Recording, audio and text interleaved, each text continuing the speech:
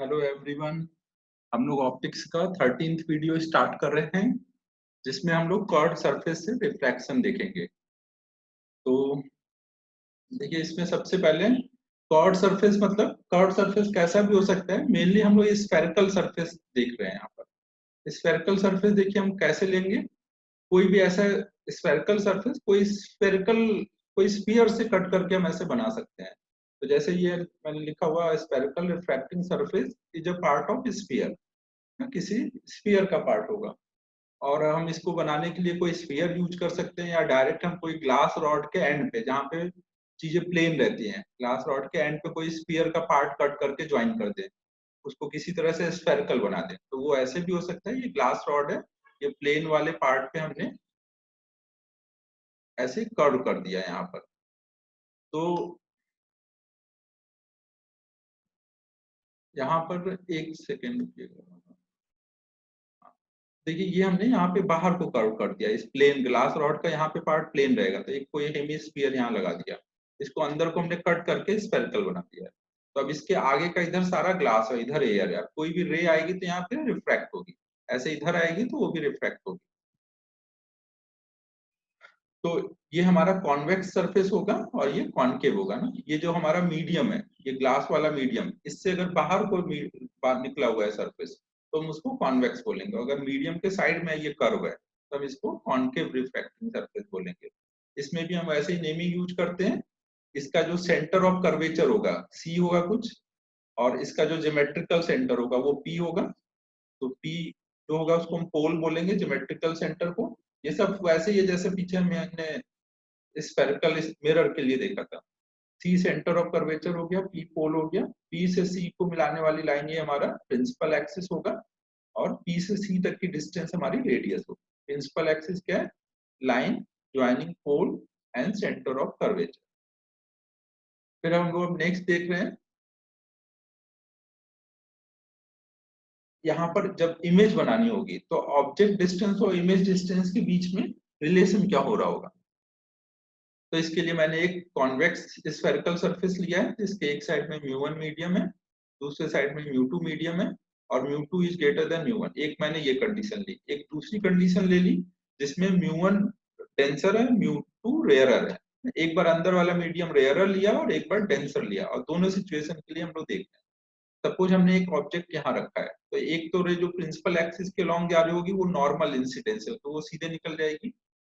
और जो रे ऐसे किसी अलग पॉइंट पे आ रही होगी, मान लीजिए यहाँ बी पे आ रही है, यहाँ पे हमने इधर ऑब्जेक्ट है, तो अब इस पॉइंट पे जो इंसिडेंट रे है उसका हमें रिफ्रैक्शन देखना है। तो रिफ्रैक्शन का तरीका वही सेम होगा।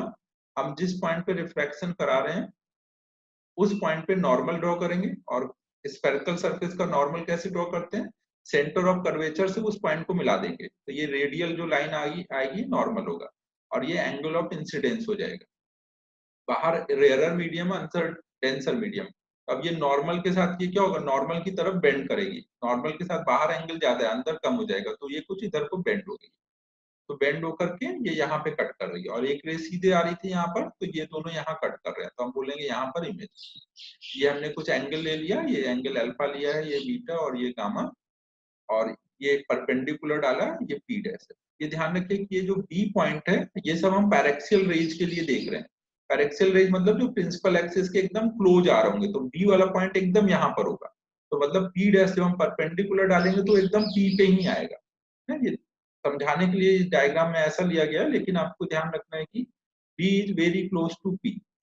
That means this BP this BP और BP dash both are same ना। और अगर हम लोग रेयरर मीडियम ले लेंगे तो अब देखिए यहाँ नॉर्मल से अवे गया है, यहाँ पर ना इस बार एंगल ज्यादा आया है, तो अब अवे जब जाएगा तो हम पीछे एक्सटेंड करेंगे तो कहीं यहाँ इमेज बनती दिखेगी। तो ऐसे दो सिचुएशन लिए, अब इन दोनों सिचुएशन के लिए हम लोग डेरिवेशन देखते हैं। तो सबसे पहले हम क्या देख रहे हैं कि हमने एक पॉइंट ऑब्जेक्ट लिया हुआ है जो कि म्यू1 मीडियम में, और यहाँ पे जो ऑब्जर्वर है वो कहाँ पे देख रहा है? म्यू2 मीडियम से ना। रिफ्रैक्टेड रे जहां पर है वहां ऑब्जर्वर है ना, ये रिफ्रैक्टेड रे जाके ऑब्जर्वर पे गिर रही है, तो हमें वो देखना है। तो हम लोग इस पॉइंट पे स्नेल्स लॉ लगाएंगे, इस पॉइंट पे लगाइए या इस पॉइंट पे, दोनों के लिए यही लगेगा, mu one sin i equal to mu two sin r। फिर हमें पता है कि i और r is very small angle, तो हम बोल सकते हैं μ1i इक्वल टू μ2r। फिर देखिए यहाँ पर अगर हम ये वाला ट्रायंगल देखें, ट्रायंगल BOC, इसमें देखिए ये हमने एक्सटेंड किया हुआ है, आई एक्सटर्नल एंगल है ऐसे, तो आई जो होगा उसका सम बराबर होगा अल्फा प्लस बीटा इस ट्रायंगल में। तो ये हमने लिख दिया आई होगा अल्फा प्लस बीटा। ये सेम चीज यहाँ पे भी होगा, ये देखेंगे आई बराबर होगा अल्फा प्लस बीटा। फिर अगर इसमें हम बीटा की वैल्यू निकालें, बीटा देखिए इस वाले ट्रायंगल से, ट्रायंगल BCI में, ट्रायंगल BCI में बीटा एक्सटर्नल एंगल है, तो एक्सटर्नल एंगल बराबर होगा आर प्लस गामा के, आर प्लस गामा फिगर 1 में।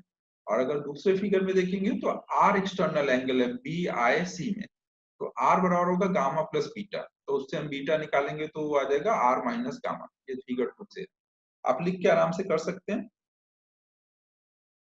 तो यहां से हम ये बीटा की वैल्यू यहाँ पे यूज कर सकते हैं।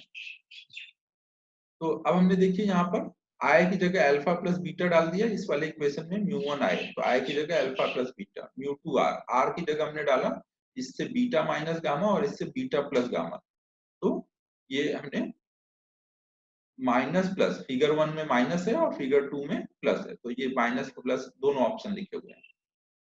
फिर हमने इसमें बीटा वाले टर्म एक साइड कर दिया, बीटा वाला टर्म ये μ1 बीटा इधर आएगा तो μ2 माइनस μ1 बीटा आ जाएगा, और इसको इधर किया तो ये ऐसे आ गया।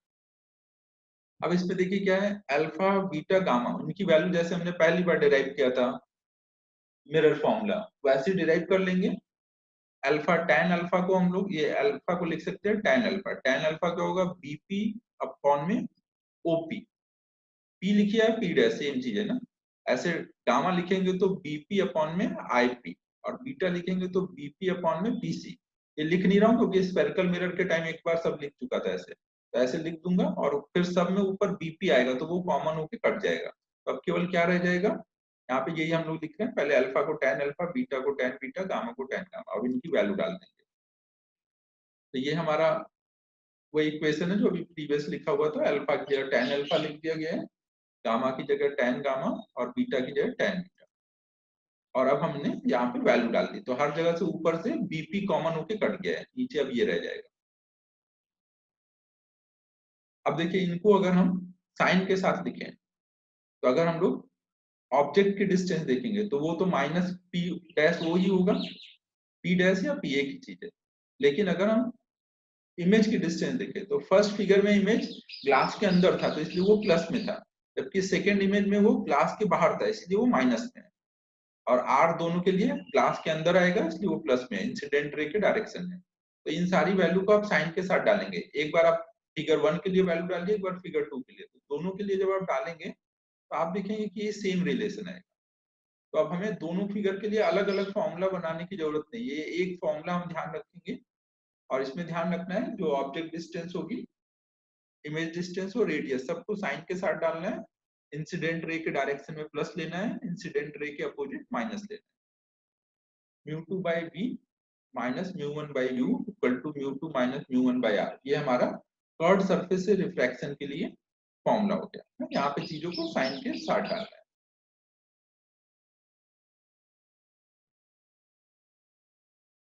अब इसमें भी इमेज फॉर्मेशन में हम लोग मैग्निफिकेशन देख लेते हैं, तो यहाँ पे भी मैग्निफिकेशन दो टाइप के देखेंगे, एक लैटरल मैग्निफिकेशन और एक longitudinal.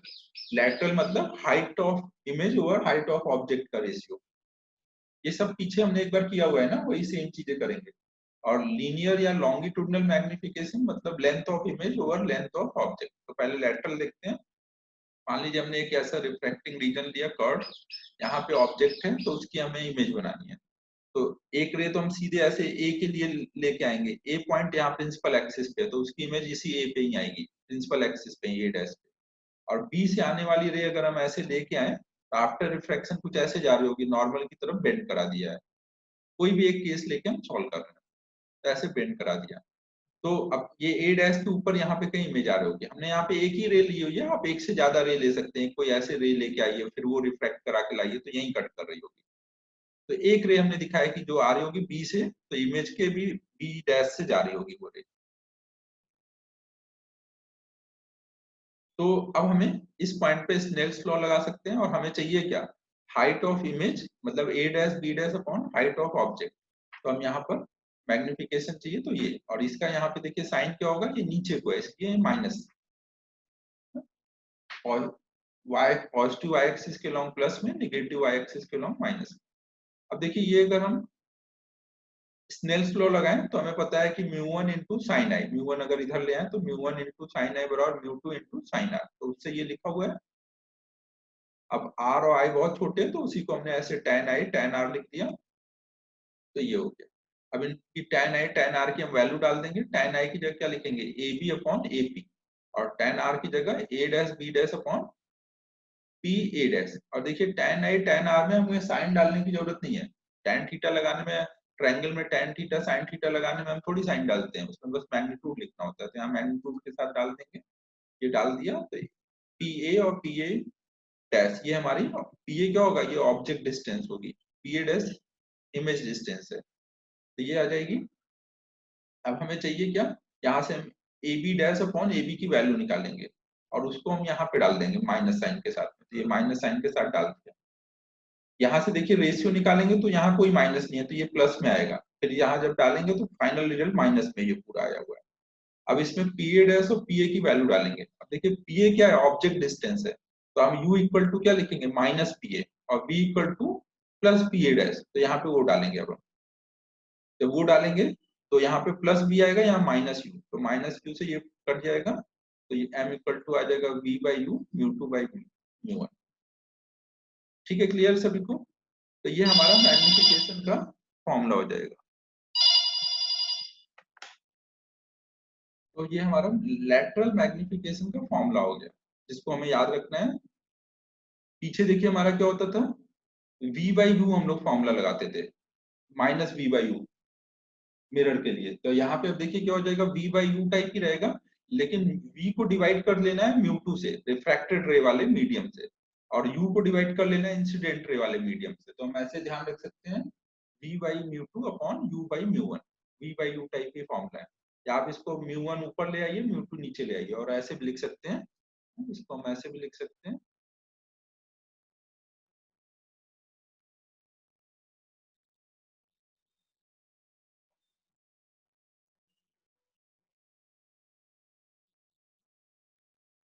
Mu one by mu two into v by, हम ऐसे भी इसको लिख सकते हैं।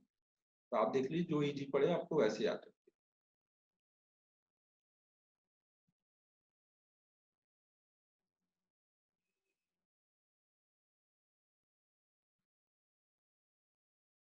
और यहाँ पे ये पॉइंट सबको क्लियर है ना, कि u और v की वैल्यू कैसे डाली थी। u इक्वल टू हमारा क्या होगा माइनस पी ए, जब भी हम u के को लिखेंगे साइन के साथ तो ऐसे लिखेंगे, और v की वैल्यू लिखेंगे इस फिगर के according plus p a dash.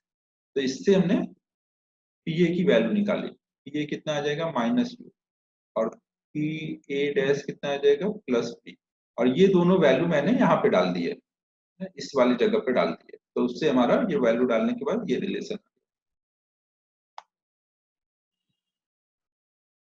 रब कर देता हूँ।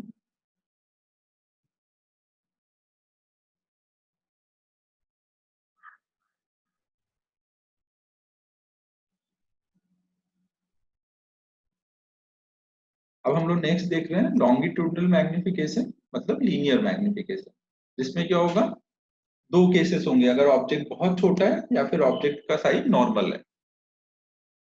तो अगर बहुत छोटा है तो उसके लिए हमने जैसे देखिए मिरर में देखा था, वो मेथड लगा देंगे डिफरेंशिएशन वाला, डीबी बाई डी यू करके।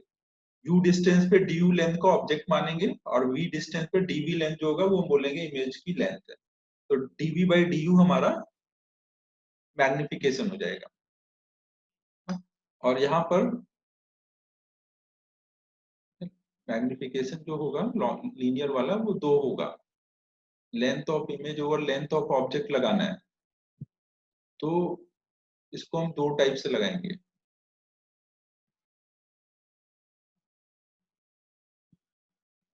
ऐसे, फिर एक जब साइज बहुत छोटा हो, साइज बहुत कम है, जब साइज बहुत छोटा होगा तो हम dv बाई du लगाएंगे, जब length of object very small है। अगर बहुत छोटा नहीं है तो फिर हम लोग साइन के साथ उसके दोनों एंड की, मान लीजिए ए बी कोई लेंथ का ऑब्जेक्ट है, तो उसकी ए की इमेज बनाएंगे, बी की इमेज बनाएंगे, और उनके बीच की डिस्टेंस देख लेंगे और उनका रेशियो ले लेंगे, तो मैग्नीट्यूड आ जाएगा। फिर साइन देख करके कि वो इन्वर्टेड है या, एक मिनट होल्ड करिएगा।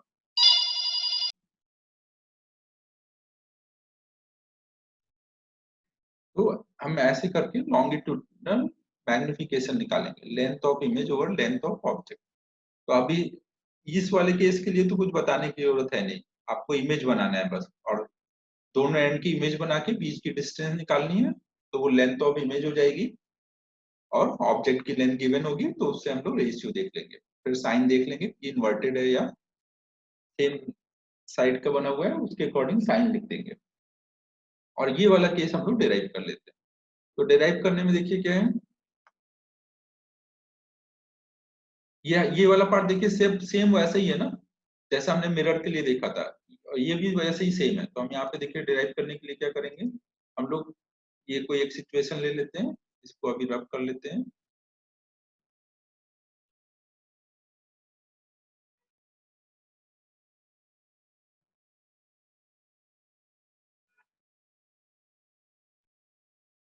हमने यहाँ पे कोई मीडियम लिया हुआ है आर रेडियस का, जिसके इस साइड में म्यू2 मीडियम है और इस साइड में म्यू1 मीडियम, इस साइड में म्यू1 मीडियम है और इस साइड में म्यू2 मीडियम। तो यहाँ पे u डिस्टेंस पे एक छोटा सा ए बी ऑब्जेक्ट लिया, जिसकी इमेज कुछ v डिस्टेंस पे dv बन रही है, इमेज को a डैश b डैश बोला है।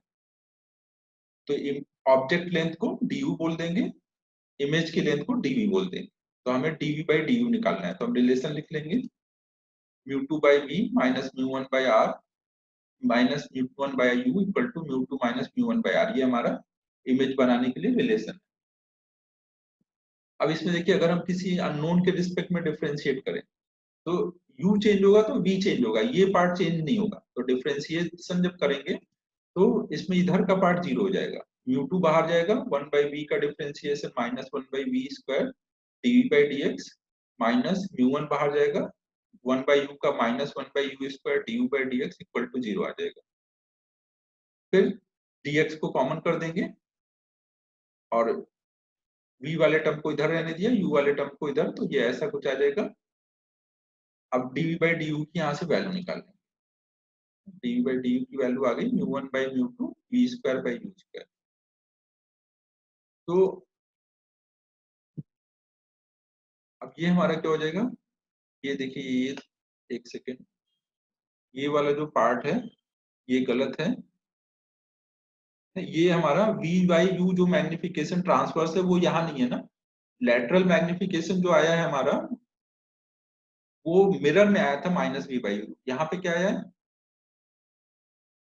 यहाँ पे mu one by mu two v by u आया है। तो अगर हमको लॉन्गिट्यूडनल मैग्निफिकेशन को ट्रांसवर्स मैग्निफिकेशन के टर्म में लिखना है, तो हमें ऐसे सोचना पड़ेगा, ml equal to mu one by mu two into v square by u square आया है। तो अगर हम इसमें इन दोनों का स्क्वायर कर लें और साथ में म्यू2 बाई म्यू1 कर दें, तो कुछ भी हमने चेंज नहीं किया, अब ये पूरा हमारा बन गया है ट्रांसवर्स मैग्निफिकेशन का स्क्वायर। तो हम इसको लिख सकते हैं म्यू2 बाई म्यू1 इंटू एम टी का स्क्वायर। देखिए, आपको ये कोई फॉर्मूला याद नहीं रखना है, आपको हमेशा तरीका ध्यान रखना है कि जब जरूरत होगी फॉर्मूला लिखेंगे, डिफरेंशिएट कर लेंगे। लॉन्गिट्यूडनल का कभी भी हमें लेंथ निकालना होगा, वी यू निकालेंगे, डिफरेंशिएट करके ऐसे रिलेट। ये मैंने v बाई यू को ट्रांसवर्स यहाँ लिख दिया है, वो गलत यहाँ लिखा था ना, ये v बाई यू यहाँ ट्रांसवर्स नहीं है, ध्यान रखना है ना, mu one by mu two into v by u, ये ट्रांसवर्स मैग्निफिकेशन। अभी लास्ट स्लाइड में हमने यही देखा ना, कर्व सरफेस से रिफ्रैक्शन, तो वो यूज करके यहाँ पे लिखा ट्रांसवर्स का। लेकिन आप याद रखिए ना, ट्रांसवर्स मतलब लेटरल वाले का याद रखिए, लॉन्गिट्यूडनल का आप डायरेक्ट डिफरेंशिएट करके निकाल लीजिए।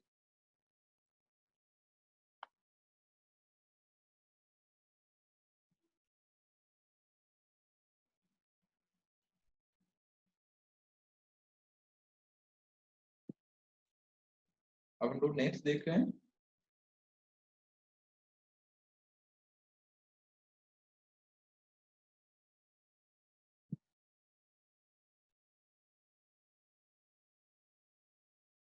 अब अब इस पे बेस्ड हम लोग कुछ एग्जांपल्स देख रहे हैं। देखिए कर्व सरफेस से रिफ्रैक्शन में ज्यादा थ्योरी होती नहीं है। एक कोई इमेज फॉर्मेशन के लिए आपको फॉर्मूला पता होना चाहिए, μ2/b minus μ1/u equal to μ2 minus μ1/r। और मैग्निफिकेशन के फॉर्मूले पता होने चाहिए, b m transverse magnification equal to b/u into μ1/μ2। और लॉन्गिट्यूडनल के लिए निकाल लेंगे डिफरेंशिएट करके। बस इतने इंफॉर्मेशन से हम लोग आराम से प्रॉब्लम सॉल्व कर सकते हैं। और ध्यान रखना है ये जो भी प्रॉब्लम होंगे ये सब ट्रांसवर्स पैरेक्सियल रेज के लिए है, सब कुछ ये पैरेक्सियल रेज के लिए कर रहे हैं। तो अब हम लोग नेक्स्ट प्रॉब्लम देखते हैं। सपोज कोई एक स्मॉल एयर बबल है जो कि ग्लास के अंदर है, जिसकी रेडियस 10 सेंटीमीटर है। बबल 4 सेंटीमीटर बिलो सरफेस है, ग्लास स्फीयर के सरफेस के अंदर है। Find the apparent depth of the bubble. तो हमें उसकी अपरेंट डेप्थ बतानी है। ये कुछ ऐसा इसका फिगर है कि कोई ऐसा ग्लास का स्फीयर है, इसमें सरफेस से 4 सेंटीमीटर अंदर, कोई भी डायरेक्शन में कहीं से भी 4 सेंटीमीटर ले लीजिए, तो ऐसे 4 ले लिया, और रेडियस है 10, तो पूरा ये कहीं यहाँ सेंटर यहाँ है 10 पे, ऑब्जेक्ट डिस्टेंस 4 पे है। तो अब इसकी हमें इमेज बनानी है। तो इमेज के लिए हम ऑब्जेक्ट से एक रे तो प्रिंसिपल एक्सिस के लॉन्ग लेके जाएंगे ना। यहाँ पे ऑब्जेक्ट है,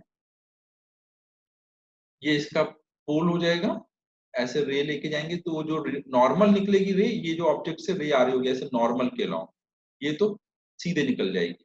और एक रे जो ऐसे लेके आ रहे होंगे तो उसका हमें रिफ्रैक्शन कराना पड़ेगा। तो यहाँ पे हम नॉर्मल ड्रॉ करेंगे। नॉर्मल कैसे ड्रॉ करेंगे, सेंटर से अगर इस पॉइंट को मिला दें तो ये नॉर्मल है, तो ये हमारा एंगल ऑफ इंसिडेंस हो जाएगा। तो ये डेंसर मीडियम है, जब बाहर निकलेगा तो रेयर में क्या होगा, एंगल बढ़ेगा, नॉर्मल से अवे जाएगा, तो थोड़ा दूर गया, पीछे एक्सटेंड करेंगे तो यहाँ से कहीं आता है। तो ये सारा कुछ हम लोग यहाँ पे ऐसे फॉर्मूले से सॉल्व कर लेंगे।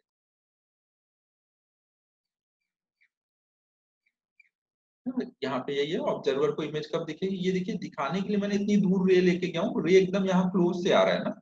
यहाँ पे कोई ऑब्जर्वर है, उसको कब दिखेगा, जब यहाँ ऑब्जेक्ट से आने वाली रे रिफ्रैक्ट होके उसके आई पे जा रहे होंगे। तो हमें यहाँ पे बस एक इवेंट कराना है, कर्व्ड सरफेस जो है स्फेरिकल सरफेस, यहाँ से रिफ्रैक्शन। तो हम लोग इस जगह से, ये पोल होगा ना हमारा टी, तो यहाँ से सारे डिस्टेंस मेजर करेंगे। ऑब्जेक्ट डिस्टेंस क्या होगी, रे देखिए इस डायरेक्शन में जा रही है ग्लास से एयर को, तो ये इंसिडेंट रे का डायरेक्शन है, तो जो भी उसके अपोजिट है वो निगेटिव होगा। तो ऑब्जेक्ट डिस्टेंस -4 लेंगे, रेडियस भी इसी डायरेक्शन में है तो वो -10। रेडियस देख रहे हैं ना, इसका सेंटर इस साइड है तो वो -10। और इंसिडेंट रे और म्यू1 और म्यू2 हमेशा वही रहेगा। म्यू1 मतलब इंसिडेंट रे का रिफ्रैक्टिव इंडेक्स, और म्यू2 मतलब रिफ्रैक्टेड रे का रिफ्रैक्ट। तो हम लोग यहाँ पे कर्व सरफेस से ये इमेज बनाने में यू ले लेंगे। यू हमें पता है कि इंसिडेंट रे के अपोजिट है, साइन के साथ हमने लिख लिया था। म्यू1 क्या होगा, इंसिडेंट रे का रिफ्रैक्टिव इंडेक्स। तो इंसिडेंट रे कहाँ, ऑब्जेक्ट से चलेगी हमेशा, और किधर को चलेगी, ऑब्जर्वर की तरफ। तो इंसिडेंट रे किधर है, ग्लास से आ रही है, इसलिए म्यू1 कितना होगा 1.5। और म्यू2 क्या होगा, रिफ्रैक्टेड रे का इंडेक्स, रिफ्रैक्टिव इंडेक्स। तो म्यू2 कितना हो जाएगा 1, रिफ्रैक्टेड रे का रिफ्रैक्टिव इंडेक्स, वो बाहर एयर में आ रही है तो इसलिए। अब इन सारी चीजों को हम फॉर्मूले में डाल देते हैं। अब ये बस आप डाल दीजिए, कैलकुलेट कर लीजिए, तो कैलकुलेट करके बी की वैल्यू आ गई -3 सेंटीमीटर। तो इसका माइनस क्या बता रहा है कि यहाँ पोल से इस साइड को है ना, पोल से उस साइड को इंसिडेंट रे के डायरेक्शन में प्लस होता, उसके अपोजिट माइनस। तो यहाँ पे तो जो हमने डायग्राम से भी दिखाया था कि कहीं इधर आना था, तो -3 मतलब 3 सेंटीमीटर बिलो सरफेस ऐसे इमेज बना देंगे। इसमें हमें प्रॉब्लम ही करने हैं, तो ऐसे और कुछ प्रॉब्लम कर लेते हैं। इसमें देखिए हमने पॉइंट ऑब्जेक्ट लिया था, एक में हम थोड़ा हाइट ले लेते हैं, उसकी हाइट भी कैलकुलेट कर लेते हैं। तो सपोज हमने इसमें हाइट नहीं ली, नेक्स्ट प्रॉब्लम में हाइट ले लेंगे। कोई पैरेलल बीम ऑफ लाइट है जो कि वाटर में आ रही है, और वाटर के अंदर कोई एयर बबल है। तो जैसे वो एयर बबल में इंटर करेगी रिफ्रैक्ट होगी। तो हमें पोजीशन ऑफ इमेज बतानी है। पैरेलल बीम जाकर के, इमेज का मतलब होगा कि जो रिफ्रैक्टेड रे कहाँ से पे अपीयर टू इंटरसेक्ट कर रही होगी आफ्टर रिफ्रैक्शन, वो बताना है। पहले सरफेस से फिर सेकंड सरफेस से, और इस चीज का रे डायग्राम ड्रॉ करना है। तो ये डायग्राम मैंने ड्रॉ कर दिया है यहाँ पर। ये मैंने, अंदर एयर है, ध्यान रखिएगा ना, ये एयर बबल और बाहर के साइड में वाटर है। तो बाहर वाटर से आ रहा है, तो अब ये आने के बाद ऐसे पैरेलल रे आ रहा है। तो अब कोई भी डायरेक्शन में ऐसे पैरेलल ले लीजिए। तो मैंने एक ऐसे पैरेलल रे ले लिया, सेंटर से ये ऐसे एक लाइन ड्रॉ कर लिया, ये कर्व सरफेस हुआ यहाँ पर, तो ये हमारा पोल हो जाएगा। यहाँ से अब इस पॉइंट पे रिफ्रैक्शन देखना है तो सेंटर से एक लाइन ड्रॉ कर देंगे, नॉर्मल हो जाएगा। तो नॉर्मल से ये क्या होगा, रेयरर मीडियम में आ रहा है तो नॉर्मल से अवे जाएगा, तो ये अवे चला गया, ऐसे इसको भी अवे कर देंगे, तो ये सब इंटरसेक्ट होकर के कहीं यहाँ पे कट होते दिखेंगे, तो ये हमारी पहली इमेज हो जाएगी। फिर सेकेंड इवेंट, फिर से देखिए एयर टू ग्लास रिफ्रैक्शन होगा, तो सेकेंड इवेंट के लिए अब ये हमारा ऑब्जेक्ट हो जाएगा और फिर से रिफ्रैक्शन होगा। रिफ्रैक्शन फिर वैसे ही कराएंगे, सेंटर से इस पॉइंट को मिलाते हुए एक लाइन ड्रॉ कर देंगे और नॉर्मल हो जाएगा, ये एंगल ऑफ इंसिडेंस हो जाएगा, और बाहर अब क्या डेंसर मीडियम में जा रही है तो नॉर्मल की तरफ रे को बेंड करा दिया, ठीक है, फिर उसको पीछे एक्सटेंड कर दिया तो यहाँ कहीं इमेज बन गई है। तो यहाँ पे मैं ये ऐसे दिखा देता हूँ कि ये हमारा नॉर्मल है इस जगह के लिए, और इस पॉइंट के लिए ये नॉर्मल है। यहाँ पे बाहर के साइड में ये एंगल ऑफ इंसिडेंस है, अंदर रेयर है मीडियम है, तो वहां पर आर बढ़ गया है सेकेंड में। अब ये हमारा एंगल ऑफ इंसिडेंस है, और बाहर जाने पर ये रे देख रहे हैं नॉर्मल की तरफ बेंड कर गई है, ये आर कम हो गया है, बाहर वाटर है, यहाँ पे बाहर के साइड में वाटर है। तो अब इस चीज को हम लोग न्यूमेरिकली फॉर्मूला लगा के सॉल्व कर लेते हैं। पहले के लिए हम लोग यू कितना लेंगे, पैरेलल रेज आ रही है, तो यहाँ पर फर्स्ट रिफ्रैक्टिंग सरफेस जो होगा उसके लिए जो भी डिस्टेंस होगी वो पी डैश से मेजर करेंगे, और सेकंड के लिए पी से मेजर करेंगे, तो ये पहला एक पॉइंट ध्यान रखना है। फिर first refracting surface consist of first medium water and second medium air, पहले में वाटर है फिर एयर है, और सेकंड के लिए एयर देन वाटर। अब हम लोग जब फर्स्ट वाले के लिए देखेंगे तो इंसिडेंट रे कहाँ है, वाटर में, तो म्यू वन कितना लेंगे 4/3, और रिफ्रैक्टेड रे कहाँ है, वाटर एयर में, अंदर बबल के अंदर एयर है तो वहां 1, और ये पैरेलल रेज है तो ये सब कहाँ से आते दिख रहे होंगे, इन्फिनिटी से, तो इसलिए यू इनफाइनाइट, और आर कितना हो जाएगा +4, क्योंकि देखिए ये कर्व सरफेस है और इंसिडेंट रे के डायरेक्शन में इधर को सेंटर ऑफ कर्वेचर है, मतलब इधर रेडियस है, तो इसलिए +4 है। अब इन सबको हम लोग फॉर्मूले में डाल देंगे, μ2/v minus μ1/u equal to μ2 minus μ1/r। तो इसको सॉल्व करेंगे तो v1 आ गया, v1 मतलब फर्स्ट वाले से जो इमेज बनी ये वाली। अब देखिए जब सेकंड से आप इमेज बनाएंगे तो अब ये जो ऑब्जेक्ट डिस्टेंस होगी वो ये 12 प्लस ये डायमीटर ऐड करनी पड़ेगी ना, तो जब हम सेकंड से बना रहे हैं सेकंड रिफ्रैक्टिंग सरफेस, तो यू कितना लेंगे, ये जो 12 आया प्लस डायमीटर, और यहाँ पे इंसिडेंट रे इस डायरेक्शन में जा रही है, तो जो भी इस हर को है वो माइनस होगा, तो ये आगे माइनस लगाया हुआ है, तो -20 mm यू हो गया। और अब इंसिडेंट रे कहाँ होगी, एयर में, और रिफ्रैक्टेड रे वाटर में, तो अब यहाँ पे फिर से वही फॉर्मूले में डाल देंगे, म्यू टू अब क्या है, वाटर है, μ2/v minus μ1/u equal to μ2 minus μ1/r, और अब इस बार देखिए r इधर को है और इंसिडेंट रे बाहर को जा रही है, तो ये प्लस वाला डायरेक्शन है, ये माइनस वाला, तो साइन के साथ डाल दिया तो v आया -10। -10 मतलब अब यहाँ से बताया जा रहा है p से -10 पर, ये डायमीटर इसका 8 है तो -10 का मतलब बाहर यहाँ पे 2 mm पे कहीं पर इमेज दिख रही हो। तो क्लियर है सभी को क्या क्या हुआ है यहाँ पर। ऐसे एक और प्रॉब्लम करते हैं, ये पहले रब कर दूं।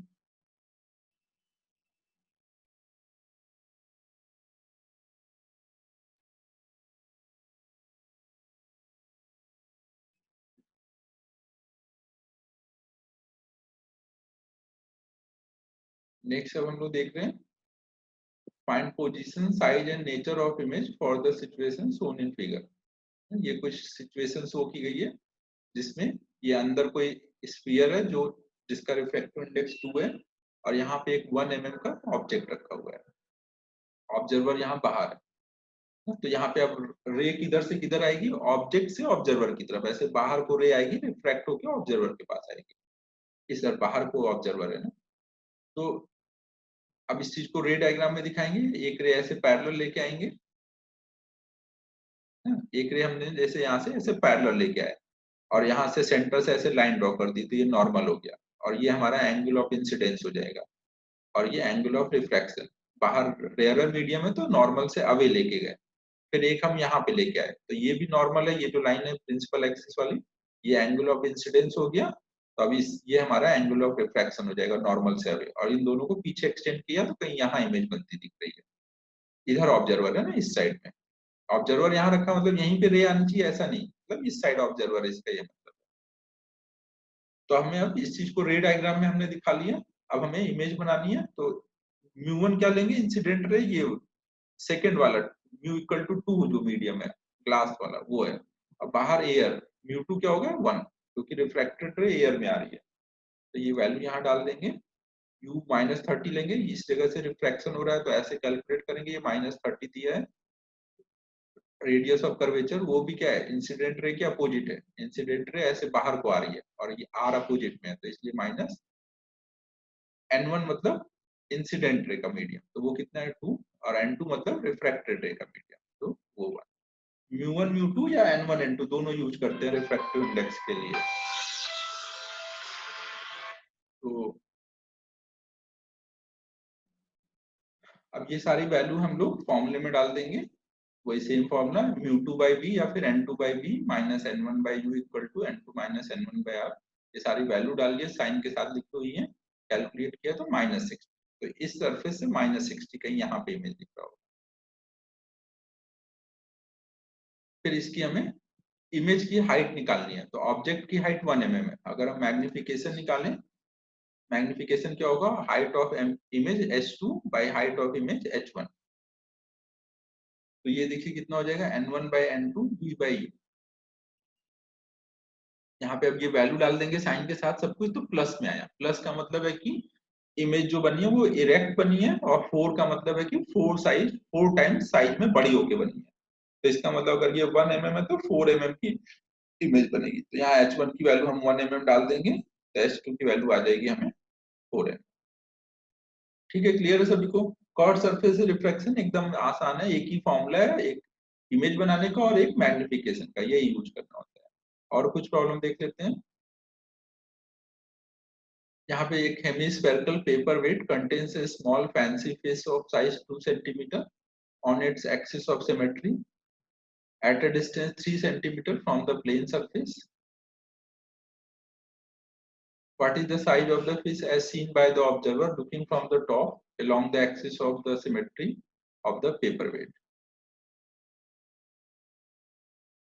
ये हमारा अब ये फिर से वही साइज निकालने पे बेस्ड क्वेश्चन है कि एक हमने ऐसा कोई पेपर वेट लिया, इसमें कोई यहाँ पे फिश रखी हुई है, फिश की जो साइज हुई है वो 2 सेंटीमीटर की है, और वो यहाँ प्लेन सरफेस से 3 सेंटीमीटर, ये 3 लिखा हुआ है ना, ये 3 सेंटीमीटर पे है, और इसका जो रेडियस है वो 10 सेंटीमीटर, ये पूरा रेडियस 10 है, तो इधर से अगर हम देखेंगे तो ये 7 आ जाएगा।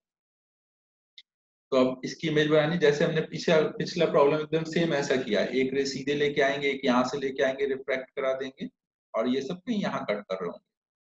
फिर वही फॉर्मूला लगाएंगे इंसिडेंट रे के लिए, म्यू1 मतलब ये इंसिडेंट रे का मीडियम मतलब 1.5, म्यू2 मतलब रिफ्रैक्टेड रे का मीडियम 1, रेडियस ऑफ कर्वेचर क्या हो जाएगा -10, ये इस साइड है, इंसिडेंट रे बाहर को आ रही है। ये सेम क्वेश्चन हो गया, एकदम पहले हमने किया था पहला वाला क्वेश्चन, तो ज्यादा नहीं समझा रहा हूँ, इसको बस सॉल्व कर लेते हैं। और मैग्निफिकेशन का जो फॉर्मूला हो जाएगा वो बाद में हम ये वाला यूज कर लेंगे, तो अब इसको पहले सॉल्व कर लेते हैं। μ2/b minus μ1/u equal to ऐसा कुछ आ जाएगा, वैल्यू डाल दिया हमने तो v आ गया। v निगेटिव में आ रहा है, मतलब वो भी इस साइड, पोल जो ये है उसके इस साइड बनेगा यहाँ पे। और मैग्निफिकेशन के लिए μ1/μ2 v/u डालेंगे, और मैग्निफिकेशन मतलब हाइट ऑफ इमेज और हाइट ऑफ ऑब्जेक्ट, हाइट को आई लिख दिया है, इमेज की हाइट को, ऑब्जेक्ट की हाइट को ओ लिख दिया है, और इसमें फिर वैल्यूज डाल दी गई हैं। ओ की वैल्यू हमें दी है 2 सेंटीमीटर,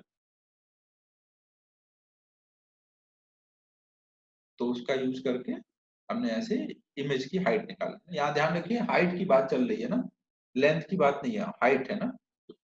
परपेंडिकुलर टू एक्सिस दिया था ना, परपेंडिकुलर टू एक्सिस फेस ऐसे माना गया था, मतलब वो हाइट की बात चल रही है, तो ये हम ऐसे करके सॉल्व कर, ये तो सेम ही प्रॉब्लम था एकदम जैसा हमने पहला वाला किया। अब एक और करते हैं जिसमें एक साथ हमें दो सरफेस पे रिफ्लेक्शन कराना पड़ेगा, एक कॉर्ड सरफेस और एक प्लेन सरफेस। एक सिंगल कॉर्ड सरफेस से रिफ्रैक्शन कराना हमने समझ लिया, अब हम लोग ऐसा एक लेते हैं, हेमिस्फीयर लिया हमने, जिसका इधर वाला सरफेस कर्व है और इधर वाला सरफेस फ्लैट है और यहाँ पे एक ऑब्जेक्ट रख दिया है और इस साइड ऑब्जर्वर है। तो अब हमें उसकी इमेज देखनी है। जैसे हमने देखिए पहले ग्लास स्लैब का यूज करके इमेज बनाया था, 2 बार रिफ्रैक्शन कराया, तो वही करना है। बस इसमें एक बार स्फेरिकल सरफेस से रिफ्रैक्शन कराना और एक बार प्लेन सरफेस से। जब हम पहली बार रिफ्रैक्शन कराएंगे, यहाँ पे 2 इवेंट है ना, इवेंट 1 ये कर्व सरफेस से रिफ्रैक्शन और इवेंट 2 प्लेन सरफेस से रिफ्रैक्शन। तो इवेंट 1 का जो इमेज होगा वो इवेंट 2 के लिए ऑब्जेक्ट का काम करेगा। तो हम लोग सबसे पहले यहाँ पे देखते हैं रिफ्रैक्शन एट फर्स्ट सरफेस, इस वाले पे। तो यहाँ पे देखिए इधर को रे जाएगी, ये हमारा प्रिंसिपल एक्सिस होगा, तो इधर को जो भी होगा वो प्लस में लेंगे। ऑब्जेक्ट इस साइड है तो इसलिए उसकी वैल्यू होगी -25। रेडियस ऑफ कर्वेचर इस साइड है तो इसलिए उसको +10 लिखेंगे। इंसिडेंट रे एयर से आएगी इसलिए μ1 1 होगा और रिफ्रैक्टेड रे ग्लास में जाएगी इसलिए उसकी वैल्यू 1.5 है, ये 1.5 लिखा है यहाँ पर, ग्लास का दिया है ना 1.5, तो μ2 1.5 लेंगे। अब ये सारी वैल्यू हम यहाँ पे डाल देंगे, u की वैल्यू -25, μ1 μ2 r, तो ये v आ गया। v मतलब यहाँ से पोल से, ये कुछ दिखाने के लिए देखिए हम लोग इतना ऊपर रे ले लेते हैं, बट ये रे एकदम यहाँ p के क्लोज होती है ना, ये जो भी डिस्टेंस आ रही है ऐसे आ रही होगी, मतलब ये p से डिस्टेंस है, p से ये पूरी डिस्टेंस आई 150 और इसकी रेडियस है 10, मतलब यहाँ q से देखेंगे तो 140 पे ये आ रही है, p से 150 प्लस मतलब इस साइड को आई हुई है। तो मतलब आफ्टर रिफ्रैक्शन क्या हो रहा होगा, यहाँ पे हम अगर सेंटर से ऐसे एक लाइन ड्रॉ करें तो यहाँ पर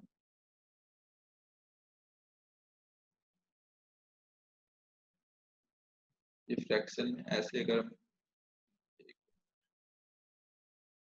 यहाँ से अगर हम एक ऐसे लाइन ड्रॉ करें तो ये हमारा नॉर्मल होगा,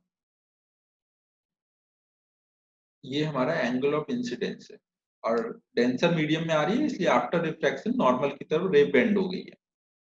तो बेंड होने के बाद कहीं यहाँ जाती हुई दिख रही है, बट यहाँ आने के बाद ग्लास से वो फिर से रिफ्रैक्ट हो जाएगी। जब फिर से रिफ्रैक्ट होगी तो अब अगर हम यहाँ पे नॉर्मल ड्रॉ करें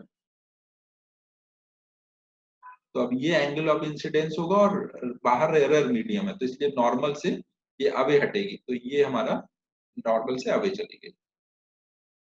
तो अब सेकेंड जब इमेज बनाएंगे प्लेन सरफेस से, सेकेंड जब प्लेन सरफेस से, तो उसके लिए हम यू कितना पकड़ेंगे, यहाँ से देखेंगे तो फर्स्ट इवेंट की जो इमेज थी वो सेकेंड इवेंट का ऑब्जेक्ट है, मतलब 140 पर, और वो इस डायरेक्शन में इसलिए प्लस। और प्लेन सरफेस से रिफ्रैक्शन में प्लस माइनस देखने की जरूरत नहीं होती क्योंकि वो सब हमेशा सेम साइड बनते हैं, जिधर ऑब्जेक्ट दिख रहा है उधर ही इमेज बनेगी। अब इसमें डाल देंगे μ2/v=μ1/u में। आप एक चीज और देखिए, यहाँ से हम लोग ये प्लेन सरफेस का रिफ्रैक्शन जो है वो हम इस फॉर्मूले से भी डिराइव कर सकते हैं, ये मैंने लास्ट में लिख दिया है अच्छे से, लास्ट में एकदम इस वीडियो के।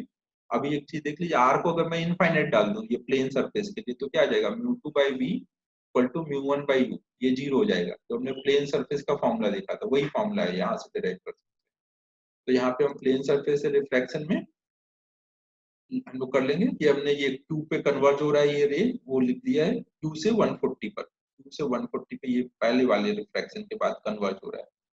तो सेकेंड रिफ्रैक्शन जब हम देखेंगे, अब इसके बाद यहाँ सेकेंड रिफ्रैक्शन जो हो रहा है वो लिखा हुआ है, फिर रिफ्रैक्शन के लिए आर कितना पकड़ेंगे सेकेंड के लिए, इनफाइनाइट। μ2 क्या हो जाएगा आफ्टर रिफ्रैक्शन, ये कहाँ पे आ रहा है, ये यहाँ पे गलत लिखा हुआ है। देखिए इंसिडेंट रे यहाँ पर क्या है, एयर है ना, सॉरी, इंसिडेंट रे ग्लास से आ रहा है और आफ्टर रिफ्रैक्शन वो कहाँ जा रहा है, एयर में, तो इसलिए μ1 क्या होगा 1.5, μ2 क्या होगा 1 होगा। अब इनकी वैल्यू डालेंगे,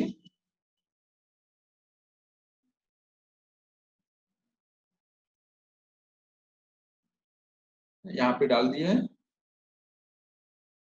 ये थोड़ा सा कैलकुलेशन सही करना पड़ेगा यहाँ पर। हमारा देखिए क्या है, μ1 क्या है 1.5 और μ2 क्या है 1 है। रिफ्रैक्टेड रे जो है वो एयर में जा रही है तो μ2 1 है ना, तो हम यहाँ पे μ2/v-μ1/u=μ2 - μ1/r में वैल्यू डालेंगे तो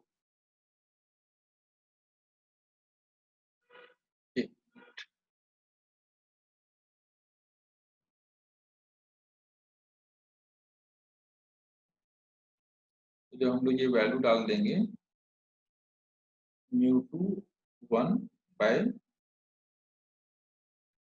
बी की वैल्यू हमें निकालनी है, μ1 कितना है,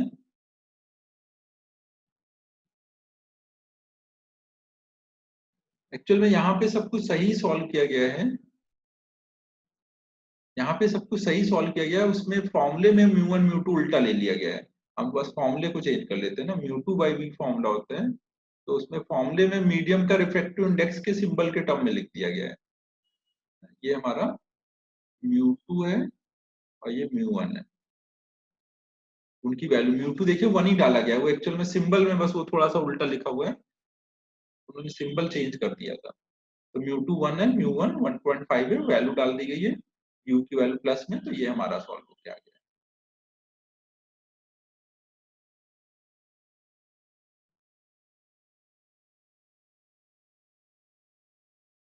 ठीक है, मैंने फॉर्मूला सही कर दिया, μ2 by b minus μ1 by u, और μ2 μ1 हमेशा ध्यान रखना है, μ2 किसको बोलेंगे, जो कि इंसिडेंट रे का, ओ μ1 किसको बोलेंगे, इंसिडेंट रे के मीडियम को, और μ2 रिफ्रैक्टेड रे के मीडियम।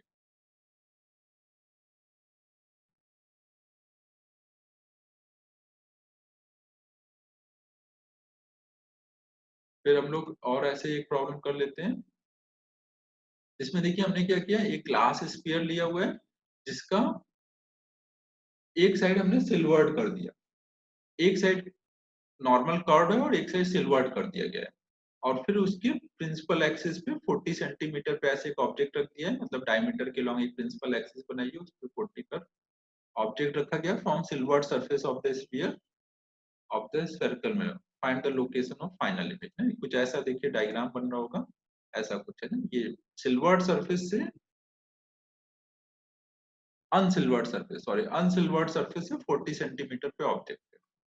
तो यहाँ पे देखिए कितने इवेंट होंगे, पहला इवेंट ऑब्जेक्ट से रे जाएगी और रिफ्रैक्ट होगा, कर्व्ड सरफेस से रिफ्रैक्शन, तो इवेंट वन की जो इमेज होगी वो सेकेंड इवेंट जो होगी रिफ्लेक्शन बाय कर्व्ड सरफेस, मतलब ये सर्कल मिरर है, तो सेकेंड इवेंट होगी उसके लिए फर्स्ट इवेंट का इमेज ऑब्जेक्ट बन जाएगा।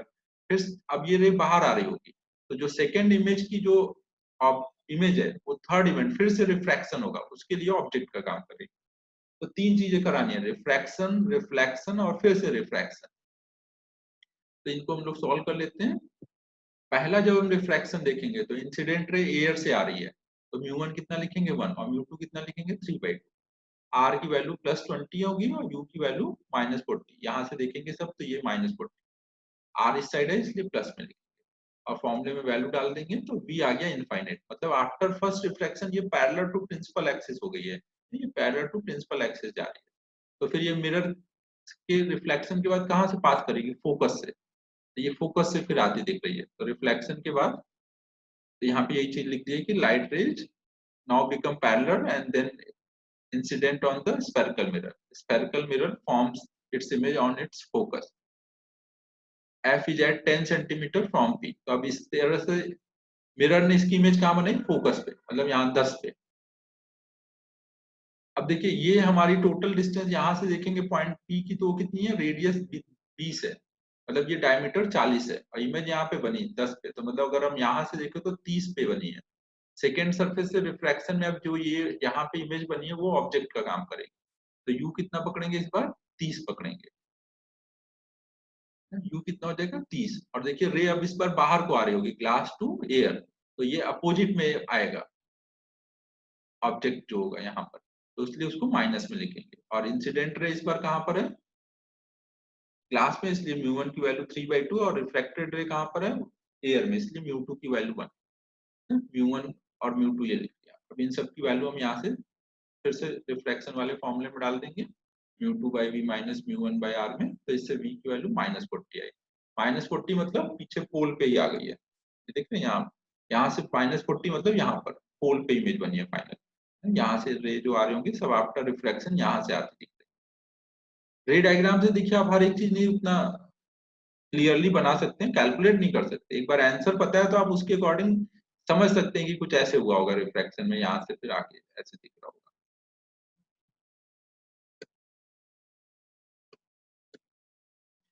तो ये इस वीडियो में इतना ही था। अब नेक्स्ट वीडियो में मैं लेंस से स्टार्ट करूंगा। कर्व सरफेस से रिफ्रैक्शन का जो अगला सेक्शन है वो मैं होमवर्क में डाल देता हूँ, तो आप ये अब कंप्लीट करिए ना।